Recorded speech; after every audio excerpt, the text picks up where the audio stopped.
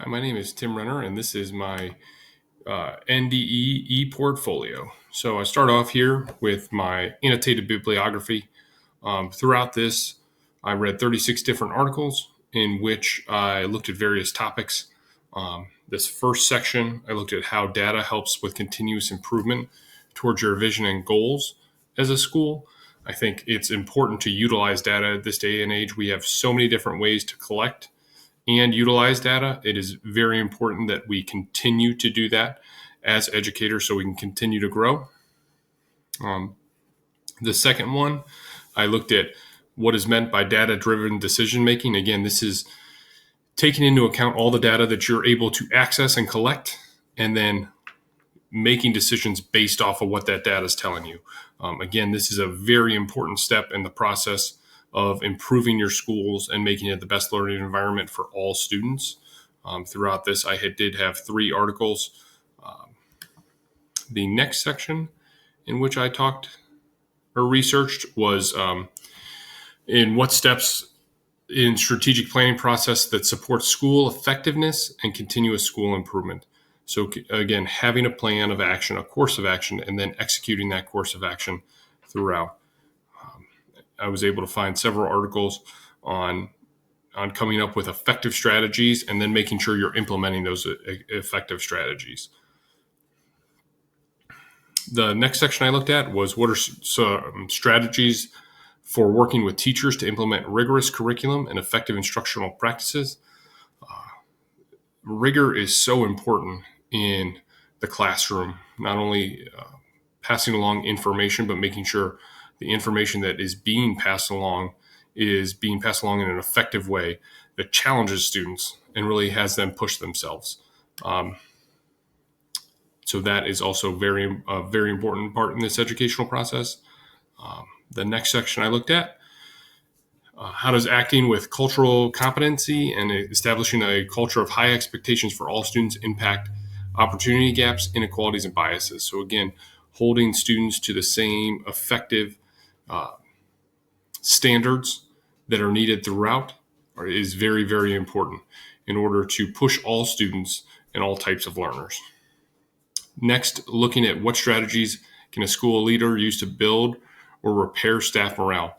This is something that I'm dealing with currently in my building. Um, Staff morale is so key when you're looking at how the building is run on a daily basis, how students engage, how teachers engage, how everyone engages, and then just the overall culture within the building. High morale usually is a better place to work. Next, I have what are practices a school leader can implement to hold others accountable for ethical and legal behavior. As teachers, we are all held to a very high standard, and I believe that that is very important throughout, not only morally and ethically, but also legally. There are just certain behaviors that you have to make sure that you're doing correctly, or else you can get yourself and the district into some pretty hot water. Next, looking at what federal laws protect the rights of students and then also staff members. In this one, obviously, I found much more about laws protecting students, specifically students with either a learning disability or some type of physical disability, is really an area of highlight. Next, looking at what type of plans and strategies should a school leader have in place in order to protect the staff and students and to monitor threats to their emotional security. This is becoming, I believe, post-COVID is becoming more and more prevalent, the mental health aspect of it, and making sure that people are feeling supported and that they're cared about, and that they, if they are struggling, knowing where to go to find help. Next, what impacts do scheduling and staffing decisions have on student learning? So again, making sure you have your right teachers teaching the right courses, but also making sure you have enough teachers to teach those right courses, those correct courses. Sometimes with staffing, you can get into a position to where you're stretched thin and you have larger class sizes, and that makes it more difficult for students to learn without, because there's tendency to be more distractions and less one-on-one instruction with that teacher. Next, I have what cultural or socioeconomic factors exert the most influence on student learning. So, looking at the student as a whole, not just in the classroom, but what outside factors might affect them in the classroom, and how can we as a district help? And then finally, the last section I looked at was what strategies are effective for communicating school and student successes to families and their community. I thought the key part of this is the successes. Too often, communication is built on problems that are occurring in school rather than talking about some of the successes. I think it's super important to get parents and community members involved in talking about the successes of all students that are happening in your building. So I'm currently working at a high school. I was an intervention specialist, and actually last fall, I had the opportunity to move into an administrative role. So I'm currently an assistant principal in my building. I work with all students. But when I looked at the district elementary and secondary level activities, I focus mostly on secondary activities because that is where I'm working. But first, I did look at my district level activities.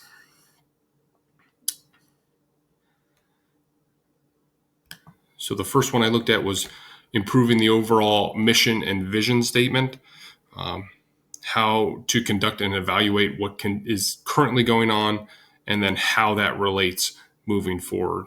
And I did this in my very first class during March of 2020. The second standard I looked at was ethics and professional norms, the school leaders being able to analyze and determine whether or not how to establish that ethical framework. Often this comes up with gift giving. So that is the artifact that I used to talk about during this standard. My third one is the standard number 5, community and external leadership. The school leader will foster that two-way communication, which is so important. So I did do an article on cultivating and creating family and community engagement, how to do that, how to create that effective two-way communication, and not have it just be school sending information out, but making sure that parents and community members are also working with us as well. And then the last one I looked at for district level activities is just the operation and management. Having the school leader will utilize a process for auditing the equity of school processes and operations and their impact on resource allocation, personnel decisions, and student experience and outcomes. So for this, I looked at what are the steps that we need to effectively make decisions in the school, and how do we make those decisions? What are the key factors? Next, I looked at my elementary activities. So for this one, I first started off again with that mission and vision idea of evaluating existing improvement processes. So this is talking about digital citizenship and how to be an effective digital citizen. Next, I looked at ethics and professional norms, the school leader communicating professional norms to the diverse communities. So this is just kind of a welcome letter out to those Bulldog families and letting them know what our expectations are and what they can expect from us, but also what we kind of expect from them. Next, looking at equity, inclusiveness, and cultural responsiveness. The school leader will advocate for the equitable access to educational resources, procedures, and opportunities. And so for this one, I looked at an activity in which I reviewed several articles about what's the principal's role in special education and how that role is changing and evolving over time. Next, I looked at learning and instruction, having the school leader who will learn and evaluate curriculum, technology, and other supports in an academic and non-academic setting. So for this one, I looked at something I did on ensuring ADA compliance. So that's the American with Disabilities Act, ensuring that the school is set up and safe for all students and all types of learners. Next, I looked at the community and external leadership. So the school leader will advocate for school and community needs. So I actually did an activity in which I reviewed several articles on how district leaders can advocate for the needs of their building, their staff, and their students, and how that's all intertwined. Next, I looked at the operation and management. The school leader will monitor and ensure and adhere to the laws, rights, policies, and procedures. So for this one, it was actually one I did, activity I did on petty cash policies and procedures. Who's involved? What's the correct way to do it? And what's the legal way to do it?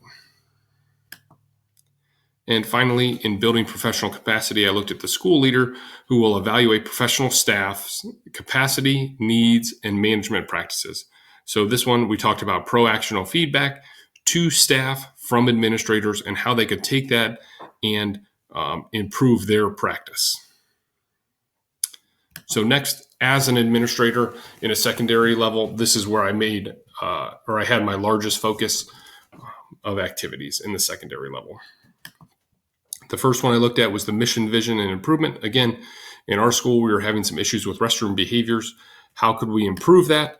And how do we support those students as well as supporting removing the students who were having the issues while supporting the rest of the students in our building? Next, I looked at the school leader modeling ethical behavior. So this was, again, from one of the finance courses that I took. This really focused on how to model appropriate behavior when it comes with dealing and balancing school budget accounts. Next, I look at the equity, inclusiveness, and cultural responsiveness, where the school leader will advocate for a supportive and inclusive environment. This is including everyone. So I thought this was from my special education class, and this focused on person first language, using the child first before the disability. In continuing with that, we also looked at, for this activity, I looked at FAPE, which is the free and appropriate public education. So all students are receiving their free and appropriate public education. The next standard I looked at was learning and instruction, where a school leader will propose, design, and implement strategies for improving the impact of academic and non-academic practices and services that support student learning. So this was really teacher norms, classroom norms. How can we establish and set norms in order for students to have the best learning environment? I also looked at the school leader cultivating teacher capacity to improve instruction based on analyzing of assessment data. So this comes back to, how do teachers learn how to teach? So professional development versus professional learning something new that could be effective for them in the classroom. Again, with the community and school leadership, this activity, I really focused on understanding my community, what's going on in that community, how to improve that community school relationship in order to best support all the stakeholders. Then I looked at the school leader evaluating the resource needs. So this would be like looking at a school budget. What do I need? Where can I cut costs? Where do I need to invest more? Then continuing at building capacity, hiring practices. How do we effectively decide how and who to hire? Where do we look for those needs? What are we looking for in candidates? And finally, I had my building capacity. How do we improve overall building capacity and making that positive school environment? And finally, I had my KEEP evaluation, in which I worked with a student this spring on watching his lesson and then evaluating him using the KEEP system. After that, I would move on to some of my personal administrative verification documentation.